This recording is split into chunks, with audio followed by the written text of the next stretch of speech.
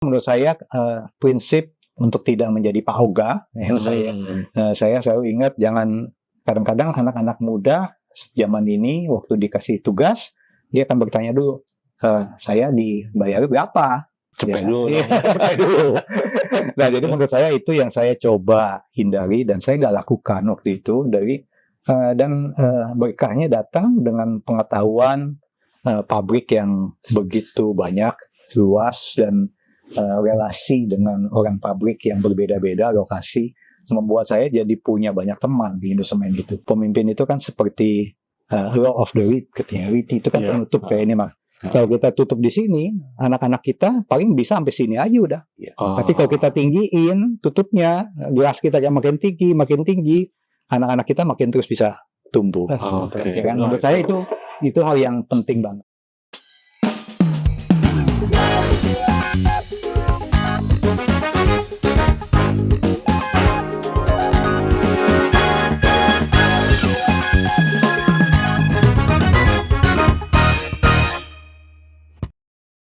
Pemirsa, selamat berjumpa kembali di podcast atau siniar Leaders Hidden Wisdom, sebuah podcast yang menggali kebijaksanaan dan kebijakan para pemimpin bisnis di Indonesia. Ini adalah produk kolaborasi majalah SWA dengan Dunamis Organization Services. Seperti biasa, saya Teguh Pambudi akan memandu acara ini bersama Mas Tommy Sujarwadi. Apa kabar Mas Tommy? Baik, terima kasih. Sehat? Ya, insya Allah. Alhamdulillah. Nah, kami berkunjung ke seorang CEO yang cukup, saya pikir, disegani dan berpengalaman. Dan kalau melihat rentang kepemimpinan beliau cukup panjang. Mas Tommy, siapa nih tamu kita nih? Bersyukur kali ini kita bisa bertemu dengan Pak Christian Kartawijaya. Beliau adalah Presiden Direktur juga CEO PT Indosemen Tunggal Prakarsa Tbk. Wow. Jadi di tengah kesibukan beliau yang luar biasa, beliau meluangkan waktu dan mudah-mudahan ini bisa menjadi berkah bagi kita, juga bagi para pemirsa Batul. Iya. Nah, Mas Tommy, kita ngundang beliau ini atau kita berkunjung ke tempat beliau ini bukan tanpa maksud pastinya. Nah, kita mau belajar karena beliau cukup lama sebagai eksekutif, tentunya punya leadership energi yang luar biasa, Mas Tommy. Exactly. Pak Christian, apa kabar Pak? Terima kasih. Terima kasih juga. Terima kasih. Luar biasa di acara ini. Makin segar nih Pak. Ya, terima kasih. Pak, saya tuh selalu kagum dengan eksekutif atau leader yang punya durabilitas yang cukup panjang. Bapak kan sebelum jadi CEO dan sudah 11 tahun ya Pak ya? Jadi CEO-nya ya? Ya, jadi CEO-nya. Ya. Sebelumnya juga kan jadi CFO gitu. Kalau sebenarnya mau tanya nih Pak, Bapak cita-citanya memang mau jadi CEO selama ini Pak? Ya, jadi pertama-tama tentunya saya being Amel untuk bisa hadir di acara podcast ini. Menurut saya ini hal yang luar biasa, bisa membagikan bersama-sama sharing tentang wisdom leader itu ya. Nah, bagi saya sih, saya nggak pernah membayangkan dari kecil bahwa saya akan menjadi Presiden Direktur dan juga pimpinan tertinggi untuk satu pabrik semen. Karena satu, tentunya saya ini dulunya orang sipil, teknik sipil. Ya, kemudian kedua saya ambil MBA. Dan saya bukan orang manufaktur, Pak. Ya, bukan orang mesin, bukan orang elektrik. Padahal kan mesinnya kita ada pabrik begitu banyak. Ya, tentunya ini saya melihat 30 tahun perjalanan di Indosemen. Di Indosemen ya, saya dari tahun 94. Tahun 94. Ya, tahun 94. Jadi dari bawah meniti satu demi satu diproses, mulai dari nanganin proyek. Karena kenapa nanganin proyek? Karena saya ada teknik sipil dan ada finance-nya, corporate finance. Saya melihat waktu kesempatan itu datang bertahap. Jadi bertahap. Nah, jadi dalam arti waktu saya masuk Indosemen, saya ingat saya hari pertama dikasih buku visibility study tentang satu pabrik semen yang kami mau bangun. Bentuknya segini nih. Ini baca dah gitu kan. Tahun berapa tuh? Tahun 94. 94. Jadi itu pekerjaan pertama saya mereview visibility study pabrik di Tarjun, Kalimantan Selatan. Kemudian karena mereka pikir saya ini teknik sipil dan juga saya Master of Business Administration MBA. Waktu itu usia berapa Pak? Usia saya 94, jadi 27 tahun. 27 tahun. Jadi masih 27 tahun. Nah, jadi waktu itu saya mulailah kenal pabrik semen. Jadi kan saya baca prosesnya dan lain-lain. Tentunya saya nggak pernah berpikir saya akan menjadi orang nomor satu itu. Tapi apa yang dibukakan, ada open door, saya jump in. Kemudian habis itu masuk lah. Ada ini kan pabrik di Tarjun di Kalimantan Selatan, ada pabrik di Citerap, ada pabrik di Cirebon 2. Jadi di dalam kurun waktu saya 7 tahun ini, Indosemen bangun 4 pabrik dan saya dilibatkan. Nah, itu. Saya mau nanya, jump in itu artinya Bapak nggak nanya-nanya aja, pokoknya kasih tawaran pekerjaan Bapak ambil. Iya, jadi dalam arti disitulah saya melihat berkah dari Tuhan tentunya waktu saya jump in. Saya sih nggak nanya-nanya apa-apa, saya ikut aja. Cuman memang jadi kerjaan kita overwhelming waktu itu dan tapi I do it. It's okay gitu kan. Kenapa? Karena saya senang belajar ya. Dan saya lihat, saya jadi tahu ini. Saya tahu pabrik di Cirebon dengan teman-teman di Cirebon. Saya tahu pabrik di Citerap dengan teman-teman Citerap. Di Kalimantan Selatan. Saya kan datang ke sana, visit. Jadi saya dibawa sama direktur yang in charge di sana, dibawa ke direktur sini. Jadi nggak pernah nolak Pak ya? Iya, nggak pernah nolak. Nah, itu menurut saya prinsip untuk tidak menjadi Pak Oga. Saya selalu ingat, jangan kadang-kadang anak-anak muda zaman ini waktu dikasih tugas dia akan bertanya dulu, saya dibayar berapa? Cepet dulu. Nah, jadi menurut saya itu yang saya coba hindari dan saya nggak lakukan waktu itu dan berkahnya datang dengan pengetahuan pabrik yang begitu banyak, luas dan relasi dengan orang pabrik yang berbeda-beda lokasi membuat saya jadi punya banyak teman di Indosemen gitu. Nah, itu yang saya belajar bertahap dari sebetulnya saya staff corporate finance judulnya, tapi karena saya yang cari project financing, kemudian saya dibawa-bawa sama direktur teknik, kemudian saya ngerti, kemudian saya bisa baca FIDIC, jadi FIDIC contract tuh negosiasi dengan orang Jepang, negosiasi dengan orang Eropa, negosiasi dengan bank-bank untuk dapetin financing, dan disitulah saya melihat pengetahuan dibentuk. Jadi kalau Bapak melihat perjalanan itu, hikmahnya adalah saya jump in tanpa bertanya dulu, terima karena percaya ada sesuatu untuk pengembangan diri gitu Pak. Iya, nah itu yang saya melihat kita kepemimpinan itu berproses. Jadi nggak pernah langsung bisa jadi nomor satu, tapi berproses dan bertahap. Ya, bertahap. Dan satu demi satu kita lewatin dan kita jump in dengan satu pintu dibuka lagi, kita jump in lagi, pintu dibuka lagi, kita jump in, dan lama-lama kita bisa melihat pengetahuan kita bukan segini lagi tapi udah mulai membesar. Komunitas kita, networking kita bukan segini lagi tapi udah banyak dan itu endorsement dari berbagai segi yang membuat kepercayaan itu, trust itu makin lama makin naik. Nah, saya melihat itu uniknya sih ya. Jadi saya nggak pernah berpikir jadi business leader seperti itu sih. Tapi 30 tahun ini saya melihat dari segi banking, dari segi stakeholder, dari segi orang pabrik menjadi karena saya udah 30 tahun di sini, everybody knows me dan they trust me gitu to be the leader. Nah, itu menurut saya hal yang penting. Terus Tom, ini menarik soal proses. Mungkin ada pertanyaan. Iya, di beberapa tempat proses seorang direktur keuangan kemudian menjadi presiden direktur itu lumayan cukup common ya. Karena yang tahu mengenai Belanda di perusahaan itu kan direktur keuangan. Dalam konteksnya Pak Christian, pada waktu 11 tahun yang lalu berpindah dari peran direktur keuangan menjadi direktur utama, kira-kira yang Bapak pelajari dan menjadi tips untuk supaya berhasil menjadi direktur utama apa aja tuh Pak? Ya memang uniknya ini bermula dengan krisis moneter. Oh, 98. Jadi 98. Ya. Jadi karena kan seperti saya bilang, saya mulai dengan ada 4 pabrik yang dipercayakan untuk cari financingnya dan lain-lain, semuanya berhasil. Financing udah dapat, pabrik sedang dibangun. Apa daya terjadi krisis moneter. Jadi kan kita pinjam uang, saya ingat 1,2 miliar dolar untuk bangun 4 pabrik karena Indonesia lagi booming, lagi kekurangan semen waktu itu. Jadi kita bangunlah. Pak Soeharto waktu itu lagi meminta untuk Indosemen bangun, ya semen Gresik bangun. Nah waktu itu belum banyak pabrik semen.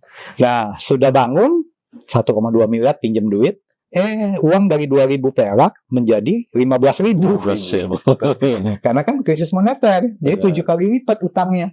Dan utangnya 7 kali lipat, terjadi demonstrasi dan lain-lain, chaos di negara kita.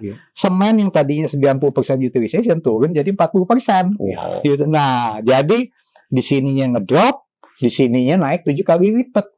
Nah, jadi itulah mulainya saya diproses, di squeeze dengan kerjaan saya, dan waktu itu dari shareholders yang lama dari Sarin Group meminta saya menjadi salah satu tim leader renegosiasi utang. Itu negosiasi utang dan mengundang strategic partner. Jadi kita tender untuk mengundang Heidelberg Cement, terus kemudian Holcim, mengundang siapa semua lah nih pemain-pemain dunia datang. Jadi 2 tahun lah saya negosiasi dengan 32 bank, kemudian dengan stakeholder ini, dan 2,5 tahun itu akhirnya Heidelberg Cement yang dipilih untuk menjadi partner. Nah, dan mereka masuk dengan punya saham majority. Nah, lucunya Pak, Heidelberg itu kan negosiasi sama saya on the other table. Jadi dia tahu bahwa saya menguasai berbagai hal. Itu yang buah dari dari buah itu. Nah, kemudian salah satu yang diminta sama Heidelberg untuk saya stay di Indosement, jangan diambil sama Sarin. Nah, jadi saya stay lah menjadi deputy corporate finance. Karena mereka bawa orang Jerman jadi CFO, orang Eropa, Belgium jadi CEO. Nah, kemudian setelah 3 tahun saya diangkat jadi gantiin orang Jerman ini. Kemudian setelah sekian 17 tahun itu saya berkarir di Indosement. Tahun 2013 saya diminta jadi gantiin yang nomor CEO, nomor 1. Nah, itu mulainya Pak. Jadi mulainya dari hal yang cukup unik ya. Jadi setiap pelajaran ada hikmahnya gitu. Setiap krisis bukan hanya satu sisi membuat kita susah, tapi satu sisi lain ada berkahnya. Jadi itu yang saya belajar dari hikmah hidup sih. Seperti itu. Pengalaman krisis dan sebagainya ya. Ini kalau kita lihat sekarang kan krisis-krisis semacam itu frekuensinya akan lebih kerap, akan lebih sering. Dan mungkin Pak Christian bisa share kepada kita, apa sih 1, 2, 3 poin utama yang harus kita pegang ketika krisis terjadi. Kalau ngomong sudah lewat, tentu ada banyak insight yang bisa kita tangkap dan mudah-mudahan bisa dijadikan pegangan lagi bagi para pemirsa akan menghadapi krisis-krisis berikutnya yang menurut dugaan saya dalam waktu 1-2 tahun ke depan itu relatif akan sering datang kepada kita. Ya. Nah, jadi mungkin saya mau mulai dengan kalau sebagai pemimpin itu kita mesti punya energi yang cukup, ya kan? Energi yang cukup. Dalam arti krisis itu akan membuat kita sebagai pemimpin yang disebutnya tuh di dalam satu buku ya, saya baca satu buku, How Full Is Your Bucket. Jadi itu dari Gallup, Tom Red dan Donald Clifton yang mengatakan pemimpin itu seperti bucket, seperti ember yang bocor terus kan? Karena kan tiap kita datang ke kantor, udah kan semua datang persoalan, ya kan? Persoalan harus selesai di meja kita. Jadi semua datang dari perusahaan ini, dari perusahaan kami punya, misalkan ada 8 anak perusahaan, ada pabrik mungkin sekarang 15, 16, 17, 18 pabrik, misalkan gitu, P18 sampai P18. Nah, jadi P18 ini kan tiap-tiap ini kan ada masalahnya. Betul. Dan di tempat saya mestinya solve the problem gitu kan siapa lagi yang ditanya. Nah, menurut saya itulah buku ini mengatakan kita itu seperti bucket dipper, tapi pemimpin-pemimpin Pak mesti punya bucket fillernya. How to fill in your bucket, betul. Ya kan? How to fill in your bucket. Ya, itu dari How Full Is Your Bucket itu mengatakan kamu mesti ketemuin apa yang mengisi driver hidupmu. Nah, bagi saya tuh mengisi driver itu penting banget supaya saya punya bucket wisdom yang bisa punya goal, inovasi, teamwork, cara membangun organisasi. Nah, itu yang saya sebut tuh, itu cara saya mengisi bucket. Nah, tentunya kan pertanyaannya bagi teman-teman yang mendengar podcast ini, tentunya bagaimana mengisi bucketnya? Itu kan. Soalnya kan cukup panjang Bapak itu, menjaga leadership energinya gitu. Iya, betul. Nah, jadi cara saya ngisi bucket untuk hidup saya temukan beberapa cara yang saya suka. Apa aja? Dalam arti misalkan baca buku. Jadi saya selalu punya komitmen baca buku over the weekend atau at night time. Saya baca buku. Dan Berapa banyak buku Bapak baca? mungkin saya 10 pasal tiap minggu. Terus tiap hari itu, tiap makan siang, saya bersyukur di Indosumen itu kita punya summary dari 30-40 media. Bisa merihin, saya dikirim. Nah saya biasanya review tuh. Saya review. Sejaman dulu, sebelum punya ini, saya dapat koran. Mungkin ada 6 koran, kan dulu ada yang warnanya merah putih, apa tuh namanya bisnis apa tuh yang kayak stensilan gitu, itu kebijakan-kebijakan zaman dulu. Tapi sekarang, ya kan ingat gak apa tuh yang namanya? Tapi sekarang udah news. Iya buat di news kayak gitulah. Dari pemerintah ini ada peraturan baru. Nah sekarang udah nggak besar gitu, tapi saya highlightin news dari corporate communication saya, kemudian saya kirim ke direktur saya atau ke GM saya, ke manajer. Ini saya butuh update ini, saya butuh update kebijakan ini. Nah, itu siang saya. Kalau sore, malam, waktu saya udah mulai ini, saya ngambil waktu baca. Pagi-pagi tadi saya baca 40 menit lah, 30-40 menit pasti saya baca. Ya, nah, itu menurut saya hal yang membuat saya demen Harvard Business Review misalnya, saya langganan. Dan itu membuat bucket filler bagi saya. Nah, kemudian yang kedua, keluarga. Saya rasa your family should be your bucket filler. Kalau if you going home, tapi kita sebel banget sama istri kita, malah kita malas pulang. Itu jadi bucket filler. Nah, jadi bagaimana membangun satu keluarga yang harmonis, yang baik, yang membuat engkau strong. Ya, nah itu menurut saya hal yang penting juga. Terus punya komunitas. Bagi saya punya komunitas profesional, peer, penting banget. Jadi saya punya beberapa CEO yang teman ngobrol saya.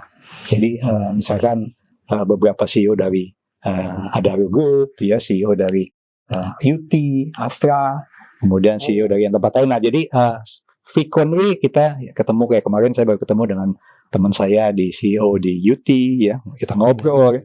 Jadi dia sering chit chat, kadang-kadang kita pakai Zoom, ngobrol. Nah, itu menurut saya hal yang kita bertukar pikiran, berdiskusi sambil update, sambil makan siang. Nah itu wisdom, menurut saya wisdom.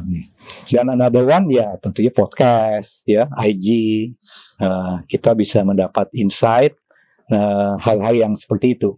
Ada hobi nggak juga untuk recharge energi itu? Nah saya biasa habis baca pagi itu saya ada doa dan kemudian baca kitab saya karena saya orang Nasrani. Tapi habis itu saya biasanya 30 menit yoga atau berenang. Jadi saya bangun jam 5 pagi, biasanya 5:04. Nah, saya mulai itu rutinitas saya, ritme saya itu. Nah, itu yang menurut saya bisa menjadi tetap bugar. Kalau kan bahaya juga kata John Maxwell kan, kalau pemimpinnya lemas, ya pemimpin itu kan seperti law of the reed, ketika reed itu kan penutup kayak ini mah. Kalau kita tutup di sini, anak-anak kita paling bisa sampai sini aja udah. Tapi kalau kita tinggiin tutupnya, gelas kita yang makin tinggi, anak-anak kita makin terus bisa tumbuh. Ya kan? Menurut saya itu hal yang penting banget. Ini menarik sekali wisdomnya nih Mas. Tapi gini Pak, itu karena perjalanan wisdom itu didapat atau Bapak juga punya mentor Pak? Nah, jadi kalau di dalam mentor, saya punya mentor, ya. Jadi menurut saya mentor hidup itu penting. Jadi di dalam Indosumen, misalkan saya dulu ada mentor Pak almarhum Dadi Haryadi. Jadi dia dulu dari Semen Padang, kemudian Indosumen waktu kolaps, pemerintah masuk 25%. Kemudian habis itu Pak Dadi masuk. Nah, kemudian Pak Dadi ini nanganin project tadi. Jadi semua pabrik semen yang bangun, Pak Dadi project director-nya lah. Karena dia business development director. Nah, dia tahu saya dari teknik sipil, dia juga pegang anak perusahaan Indosumen di teknik sipil. Jadi dia ajak saya. Nah, jadi saya berduaan seperti bapak sama anak. Saya dipanggil ke kantornya 2-3 kali ngobrol, itu kemudian di project demi project yang dia tanganin, saya tanganin. Nah, disitulah saya belajar dari dia wisdom untuk leadership, dan juga tapi dia orang mesin. Saya orang sipil. Nah, jadi dan juga orang keuangan. Jadi kita berkolaborasi lah dari pengetahuan dia wisdom, dan akhirnya saya sangat belajar tentang manufacturing, tentang keberanian, tentang wisdom menangani masyarakat. Dia sangat jago untuk itu karena dia dari pemerintahan background. Bagaimana government relation yang sebenarnya saya nggak paham. Nah, dia ngajak saya. Dan akhirnya beliau menjadi dirut di CMMP. Waktu Hedebert masuk, dia kan check out. Nah, dia jadi dirut di CMMP, di Citra Marga, Tolut dia. Dan ketemu dengan Pak Yusuf Hamka. Jadi itu teman-teman saya juga. Nah, jadi kayak gitu-gitu membuat saya melihat ya kadang di dalam hidupmu bagi pemimpin-pemimpin Tuhan memberikan apa ya, orang tertentu yang khusus gitu. Ya, orang tertentu khusus untuk jadi mentor dan bukan kebetulan tapi ada prosesnya.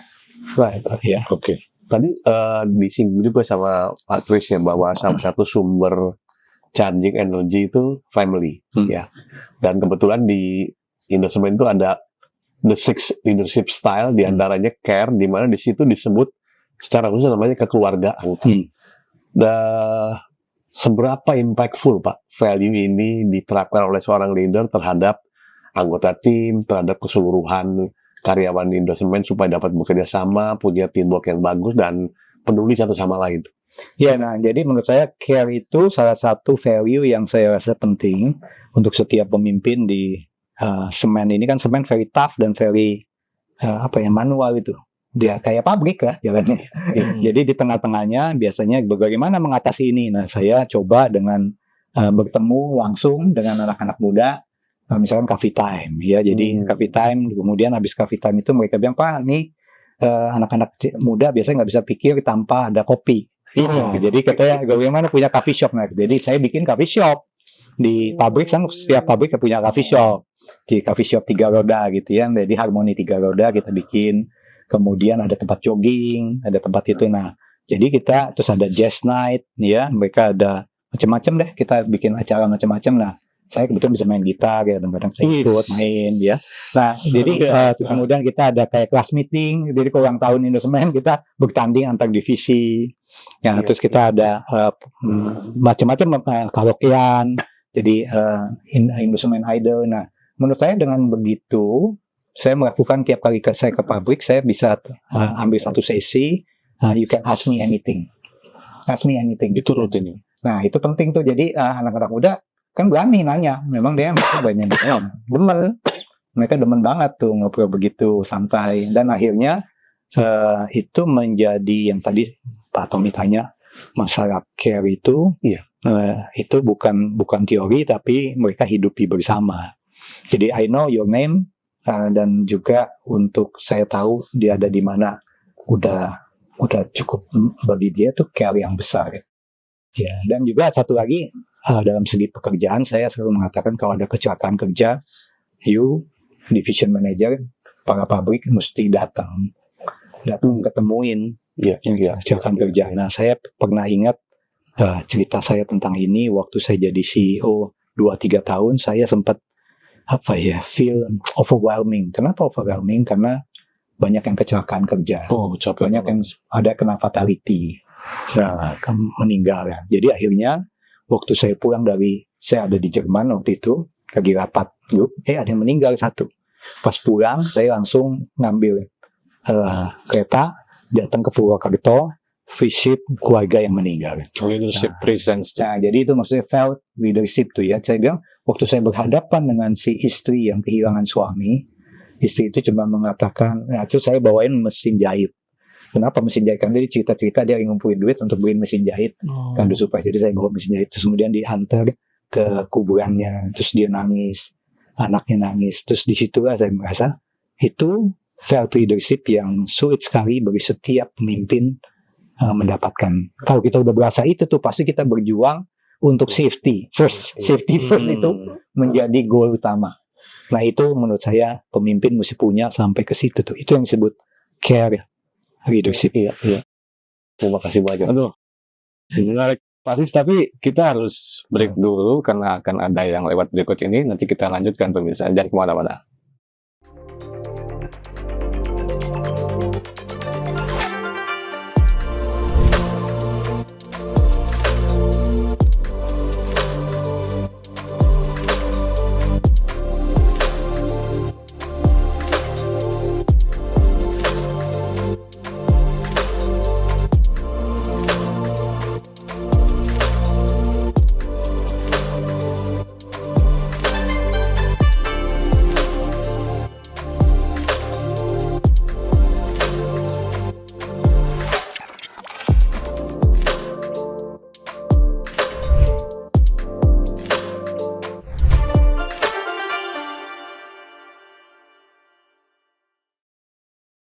Terima kasih. Kita kembali setelah short break ya. Jadi ada insight-insight menarik yang memicu diskusi lanjutan. Karena terakhir kita bicara mengenai caring, dan caring ini di Indosemen diterjemahkan sebagai nilai kekeluargaan.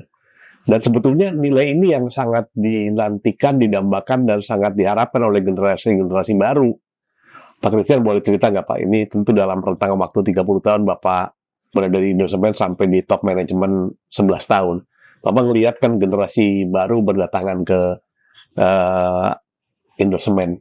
Kira-kira karakteristik apa nih yang menjadi kekuatan mereka dan apa yang mesti kita support supaya mereka bisa produktif, kontributif, dan support ini kan long game ya. Bisnis ini kan bisnis long game, sementara mereka banyak sekali dipengaruhi oleh short term orientation dan bagaimana membuat mereka stay dan comfortable dengan value perusahaan.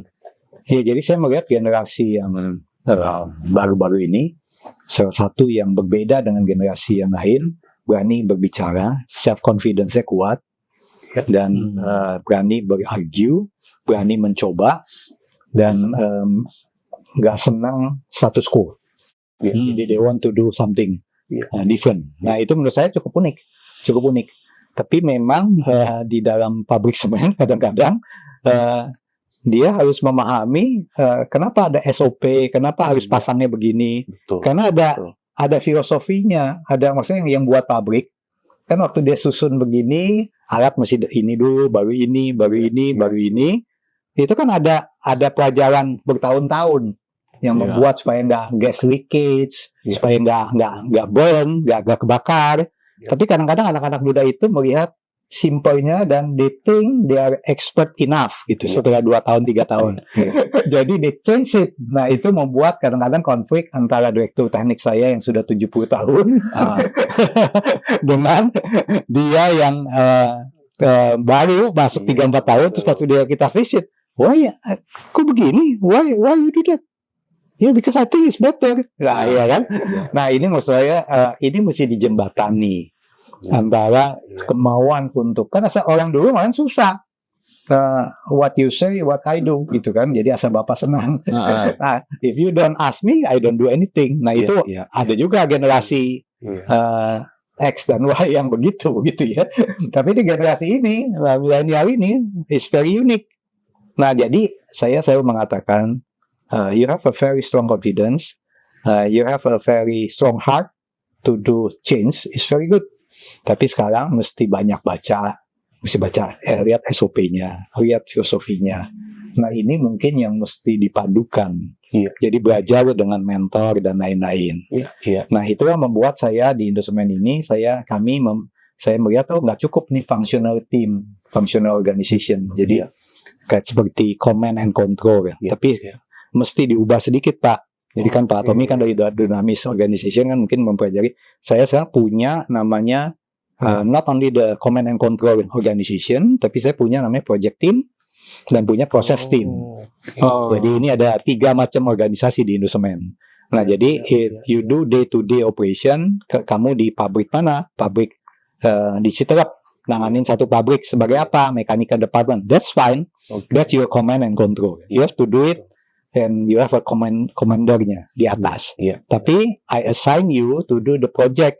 Projectnya apa? Misalkan projectnya untuk cari sourcing bahan bakar alternatif yang beda. Misalkan kita mesti ganti batu bara dengan sekam padi.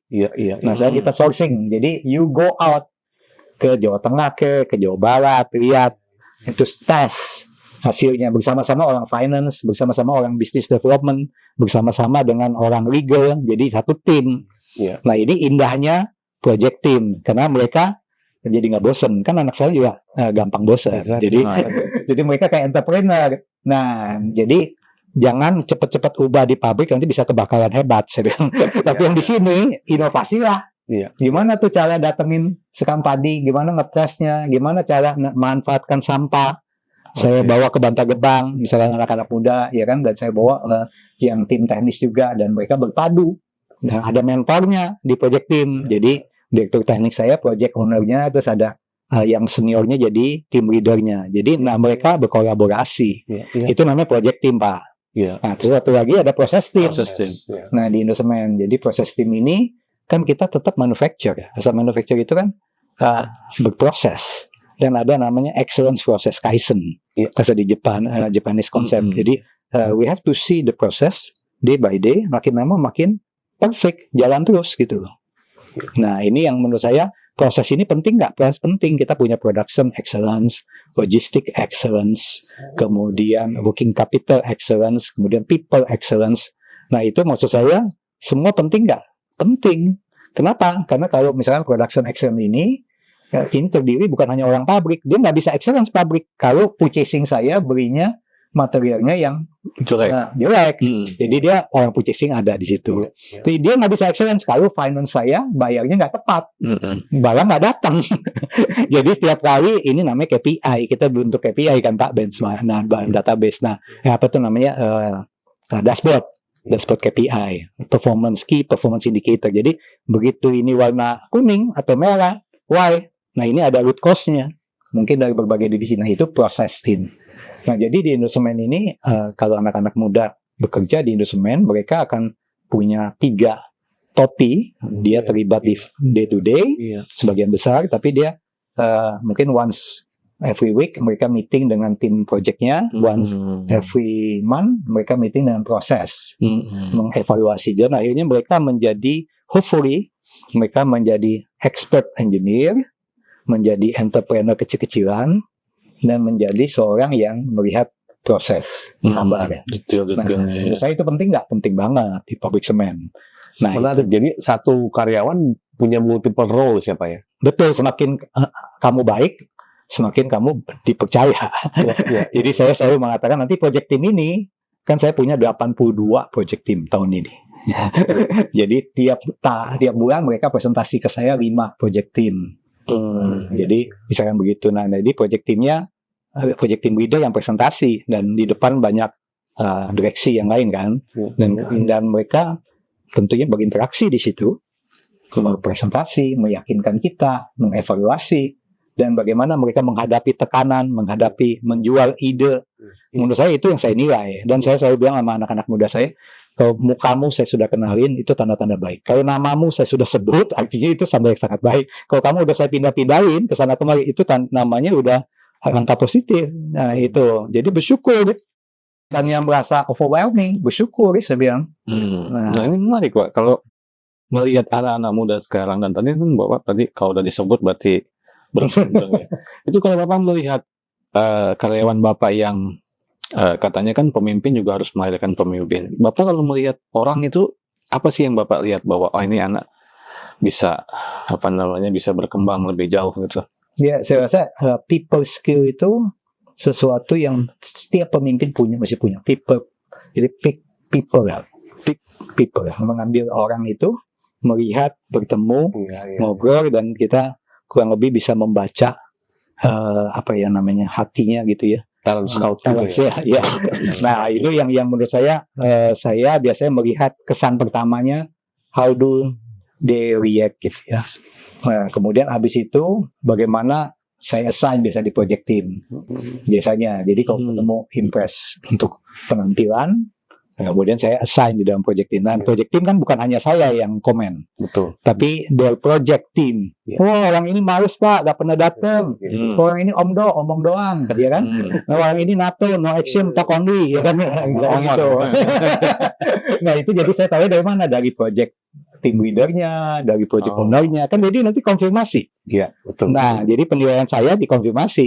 Iya. Nah jadi menurut saya itu penting nggak? Penting banget. Itu saringan untuk menjadi pemimpin-pemimpin. Dan nanti kalau dia, yang ini kuatnya di mana, yang ini kuatnya di mana. Nah biasanya tim HR saya libatkan untuk mendapatkan MBTI-nya ataupun kayak DISC-nya, kekuatan dia apa gitu kan. Betul. Jadi kan nggak, kita kan bukan Superman. Nggak semua kita bisa gitu ya. Tapi ada yang mana yang dia dikembangkan. Orang ini bagus nih untuk dari segini. Anak muda ini bagus untuk ini. Anak muda ini bagus. Pak Chris, kadang-kadang kan anak muda sekarang atau karyawan melihat pimpinan itu berharap ada yang ditularkan energinya tuh Pak. Nah, Pak Chris sendiri kan tadi fill the bucket gitu. Kalau Bapak bagaimana menularkan energi positif, semangat itu ke, katanya anak-anak Gen Z ini sekarang kan, tadi Bapak bilang menghargai proses. Kalau sekarang katanya pengen cepat, itu gimana Pak? prinsip-prinsip apa yang Bapak kasih ke mereka? Tadi dengan kita punya pertemuan Ask Me Anything, itu salah satu yang penting. Kemudian anak-anak muda ini kami punya program yang untuk menjadi agent of change. Kita namanya agent of change. Jadi kita tempatkan educate mereka semacam mini MBA, dan direksinya ngajar juga di situ. Terus ada Prasetya Mulia atau siapa yang kita minta. Kemarin sih Prasetya Mulia yang ngajar. Jadi kita habis itu mereka dikasih assignment project tertentu. Habis itu dilibatkan tadi yang saya sebut proses tim atau project team. Dan kita bisa melihat tiap orang itu berbeda-beda, dan di Heidelberg Cement kita punya work day namanya, punya setiap orang itu punya career path. Dia punya certain base apa yang menjadi requirement dari dia, kompetensi basis. Kemudian kompetensi lanjutan untuk mengembangkan dia sampai ke sini, apa yang saya mesti didik ke dia. Nah, itu menurut saya pay attention mungkin to the about 30 to 40 hypo. Nah, di bawah saya, jadi yang saya rapatin dan saya harus kasih tiap tahun 2 kali saya bahas dengan direksi human capital dan juga dengan bos saya. Jadi ini anak mau diapain, dan kadang-kadang saya kirim ke tempatkan dia di subsidiary dan lain-lain. Nah, menurut saya itu salah satu cara kita mengenal dia, dan juga database-nya mesti ditunjang supaya kita tahu, oh ini anak belum ikut kompetensi ini nih. Nah, kita misalnya punya JET program zaman dulu tentang kita kirim dia ke pabrik-pabrik, berbagai pabrik di Heidelberg untuk belajar ya. Jadi misalkan begitu. Nah, jadi dia balik jadi hal yang berbeda. Yang pegang gunung batu saya kirim ke quarry di Australia, quarry di Malaysia. Habis itu comeback, saya panggil dia, kita ngobrol. Jadi menurut saya itu hal yang saya memanfaatkan kita sebagai anak perusahaan Heidelberg Material yang punya luxury tentang ini kan. Jadi why not gitu kan? We study and then we benchmark. Dan dia harus presentasi ke kita. Tapi kalau kita bertumbuh. Kalau dari 100% Pak ya, dalam kepemimpinan Bapak, berapa porsi untuk tadi itu mendidik atau menjadi mentor buat orang-orang? Kan kalau CEO itu kan namanya Chief Entertainment Officer. Jadi tugas kita gampang-gampang aja ya. Maksudnya saya banyak melakukan sesuatu. Saya nggak gitu banyak terlibat in detail, karena kalau saya udah terlibat terlalu detail, saya kehilangan helikopter view. Ya kan? Nah, jadi saya mesti menarik diri dan melihat overall. Tapi saya kuasain sekali rhythm, dan saya memakai infrastruktur daripada satu organization behavior. Saya suka sekali organizational behavior. Kenapa saya baca Harvard Business Review? Karena situ ada organizational behavior. Jadi Bapak mungkin dari Dunamis very aware about that gitu ya. Nah, saya melihat ini penting nih. Jadi itu yang saya coba dengan gaya saya melakukan itu. Dan saya pikir Presiden Jokowi salah satu yang dia lakukan itu bagian dari Indonesia culture. So if we assign them, we have to come again, check again, to make sure it's done. Karena orang Indonesia sering lupa, sering demensia dia. Jadi kalau kita kasih tugas, sering kelupaan. Jadi kerjaannya kalau nggak ada yang datang, nggak selesai.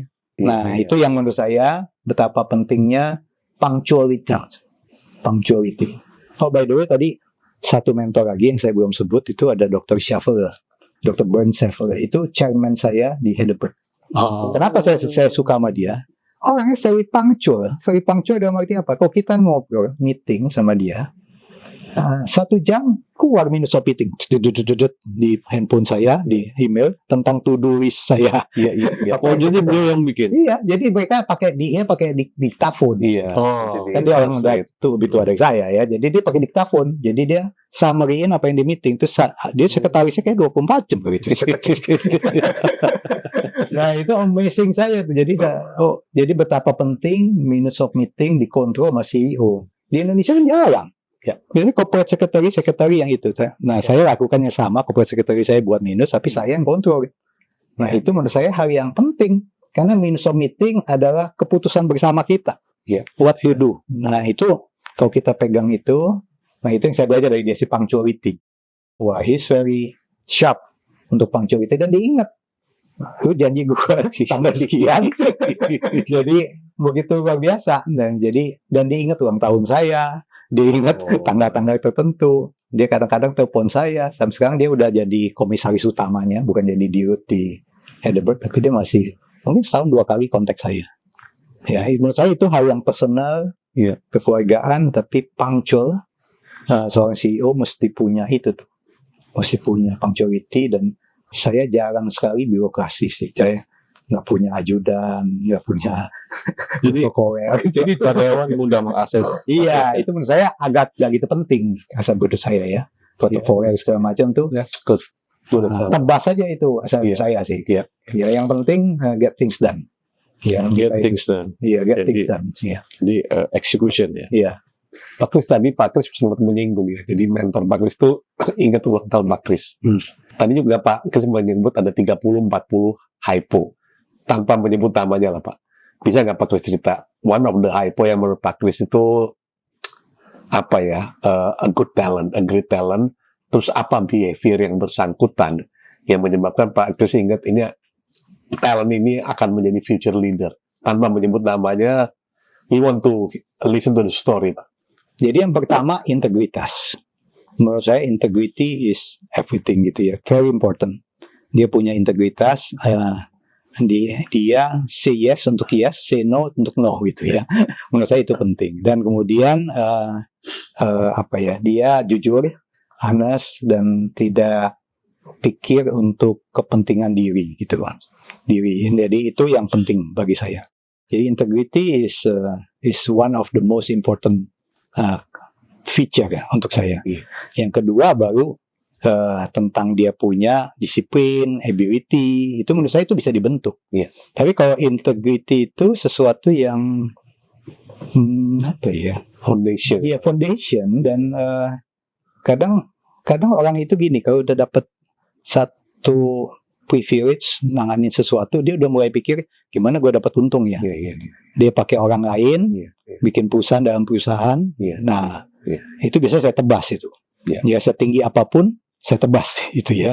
Kalau saya tahu belakangan saya tebas juga. Jadi menurut saya itu penting nggak? Penting banget. Karena kita harus mempunyai pemimpin yang bersih.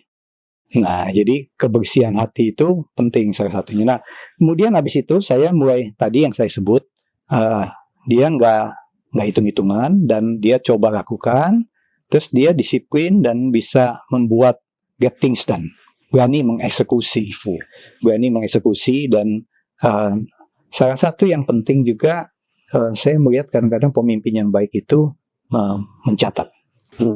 Jadi mencatat sesuatu yang baik, programnya, projectnya, komitmennya, kemudian rapi.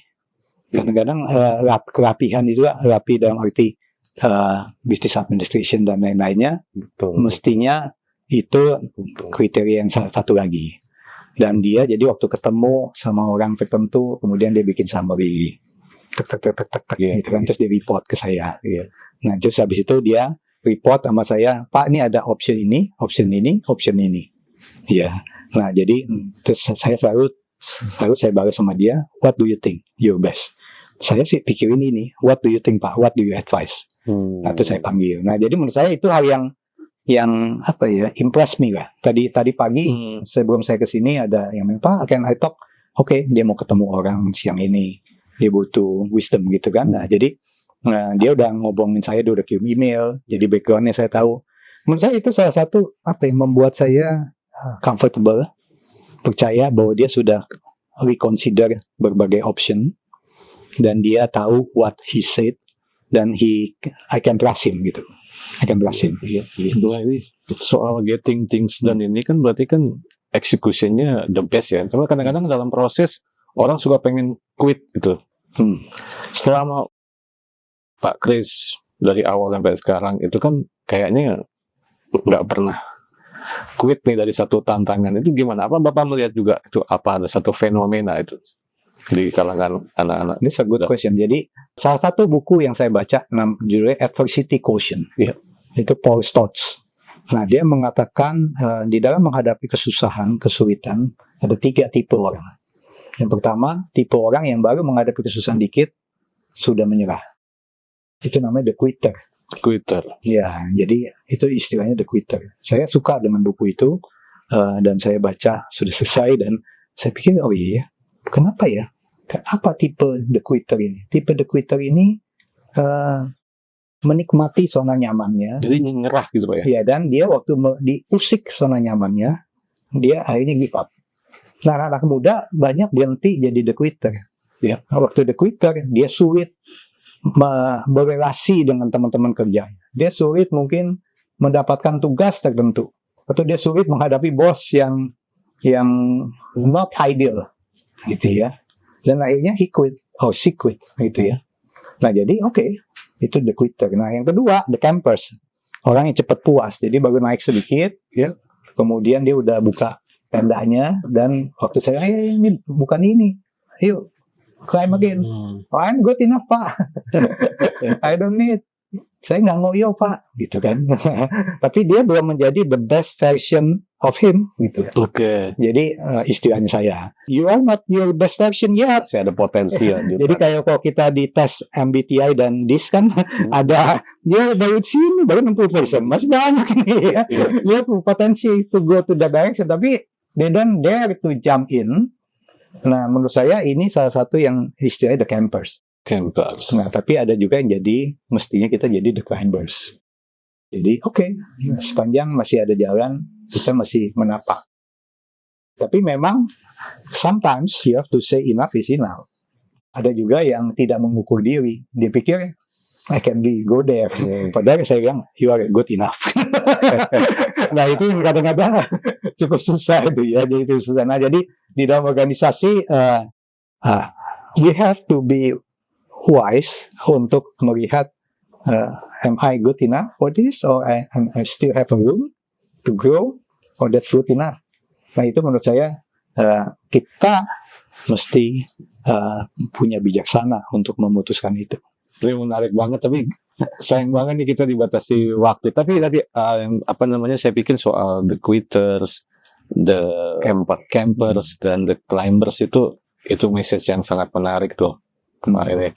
Mas Tom, sebelum kita tutup, iya, kasih apa yang bisa di take away oleh pemirsa nih. Iya, dalam waktu yang lumayan singkat, menurut saya ada beberapa hal yang bisa dijadikan reference lah, sekaligus role model dari Pak Christian itu. Dia orang yang unik karena kompetensi utamanya kan engineering. Tapi juga saya yakin fasih dengan finance. Tapi dari bincang-bincang pagi ini, kita menangkap beliau orang yang punya kompetensi dan juga appetite ya untuk people development. Soft skill mengenai people itu, beliau suka dengan organization development. Itu adalah bagian-bagian bagaimana seseorang berinteraksi dengan orang lain supaya membuat orang lain contribute. Dan itu saya yakin menjadi kunci sukses untuk bisa sampai ke puncak dan bertahan di posisi itu dalam waktu yang sangat lama. Saya bilang bukan cukup lama, tapi sangat lama. Jadi kuncinya di sana ya, Mas. Yang kedua adalah ketika deal dengan generasi muda, menurut saya pesan-pesan Pak Christian sangat relevan. Tadi di awal beliau menyebutnya jangan kayak Pak Ogah, bahasa kita sekarang tuh jangan transaksional gitu loh. Kalau ada assignment, I believe you are a very spiritual person. Ada assignment, jangan hanya gue dapat duit berapa, tapi ini pasti Tuhan punya rencana yang baik dengan ini.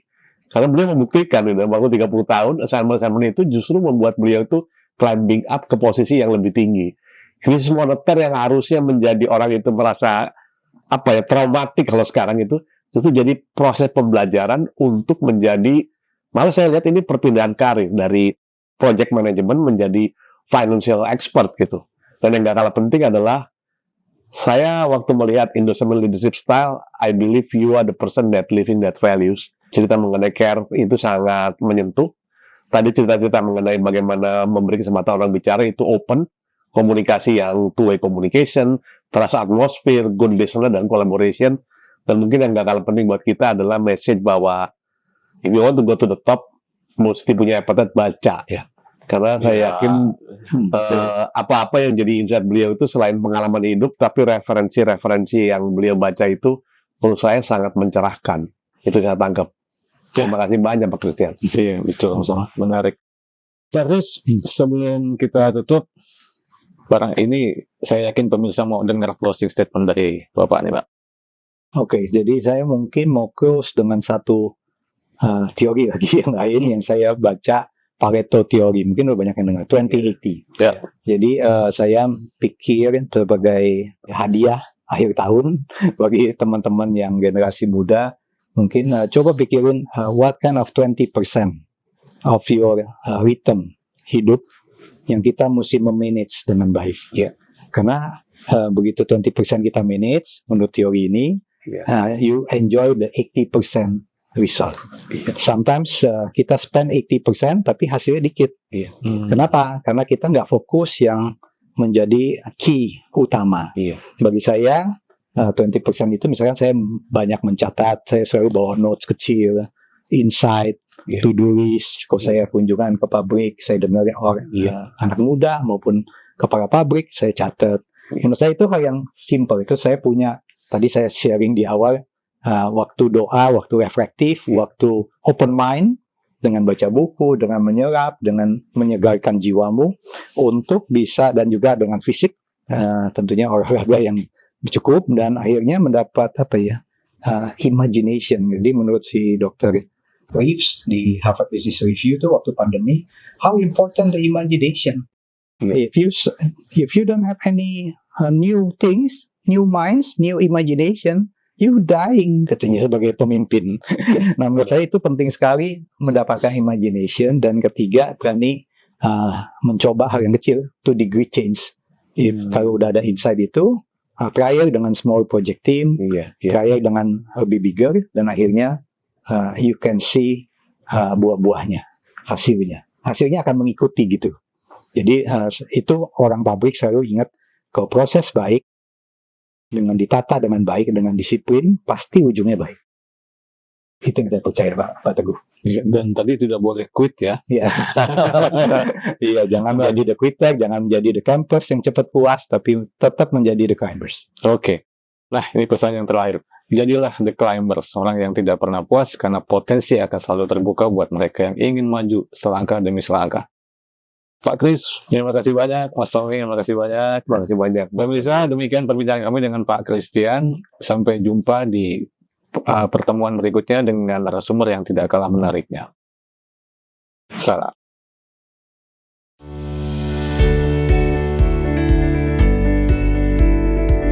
Selama 40 tahun, majalah SWA menjadi saksi perjalanan bisnis di Indonesia. SWA hadir menyaksikan lahirnya para pengusaha baru, perjuangan para pemimpin perusahaan, hingga perjalanan para profesional terbaik. Setiap kisah sukses yang SWA sajikan adalah refleksi dan inspirasi untuk pertumbuhan bisnis yang lebih kokoh, inovatif, dan berkelanjutan. Majalah SWA terbit perdana pada 10 April tahun 1985, yang merupakan hasil kerjasama antara Yayasan Sembada Swakarya dengan PT Graffiti Pers. Majalah SWA awalnya bernama SWA Sembada, bertujuan mendukung kemandirian nasional dengan mendukung tumbuhnya perusahaan-perusahaan di dalam negeri. Pada tahun 1995, SWA mendirikan Spot, anak usaha yang menyediakan jasa layanan komunikasi corporate. Layanan yang disediakan antara lain membantu penerbitan corporate in-house journal, anniversary books, corporate brochure, annual reports, dan corporate peripherals. Pada tahun 2000, Spot merambah bisnis pelatihan Inggria dan penerbitan buku, yang merupakan cikal bakal dari SWA Publishing. Pada tahun 1998, SWA mendirikan SWA Network. SWA Network adalah anak usaha yang menyediakan layanan corporate event, dan belakangan fokus menyelenggarakan event-event majalah SWA. Pada tahun 2001, SWA mendirikan Business Digest, yang merupakan unit bisnis yang bergerak di bidang survei bisnis. Business Digest melakukan berbagai survei untuk memenuhi kebutuhan dunia bisnis, juga membantu mereka menghasilkan solusi bisnis terbaik. Saat ini Business Digest juga banyak melakukan omnibus survey untuk menghasilkan best practices dan indikator di bidang marketing, manajemen, dan komunikasi korporat. Di tahun 2003, SWA Sembada melakukan rebranding. dengan mengganti logo dan menghilangkan kata sembada pada namanya, serta menambahkan tagline "Di mana bisnis bergerak" yang mencerminkan positioning sebagai media yang hadir bersama denyut dan aktivitas bisnis di Indonesia.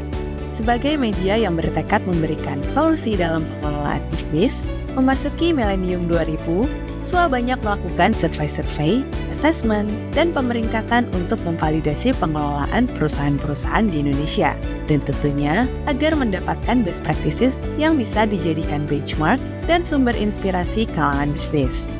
Beberapa topik survei dan asesmen tahunan yang diselenggarakan oleh SWA dan telah berlangsung lebih dari 10 tahun adalah Indonesia Most Trusted Company, bekerjasama dengan Indonesia Institute for Corporate Governance, Indonesia Best Print Award, bekerjasama dengan Mars Digital, Indonesia HR Excellence, bekerjasama dengan LMFEB UI, SWA 100, bekerjasama dengan Sun Value Management, Indonesia Original Brand, dan Indonesia Green Sustainable Company.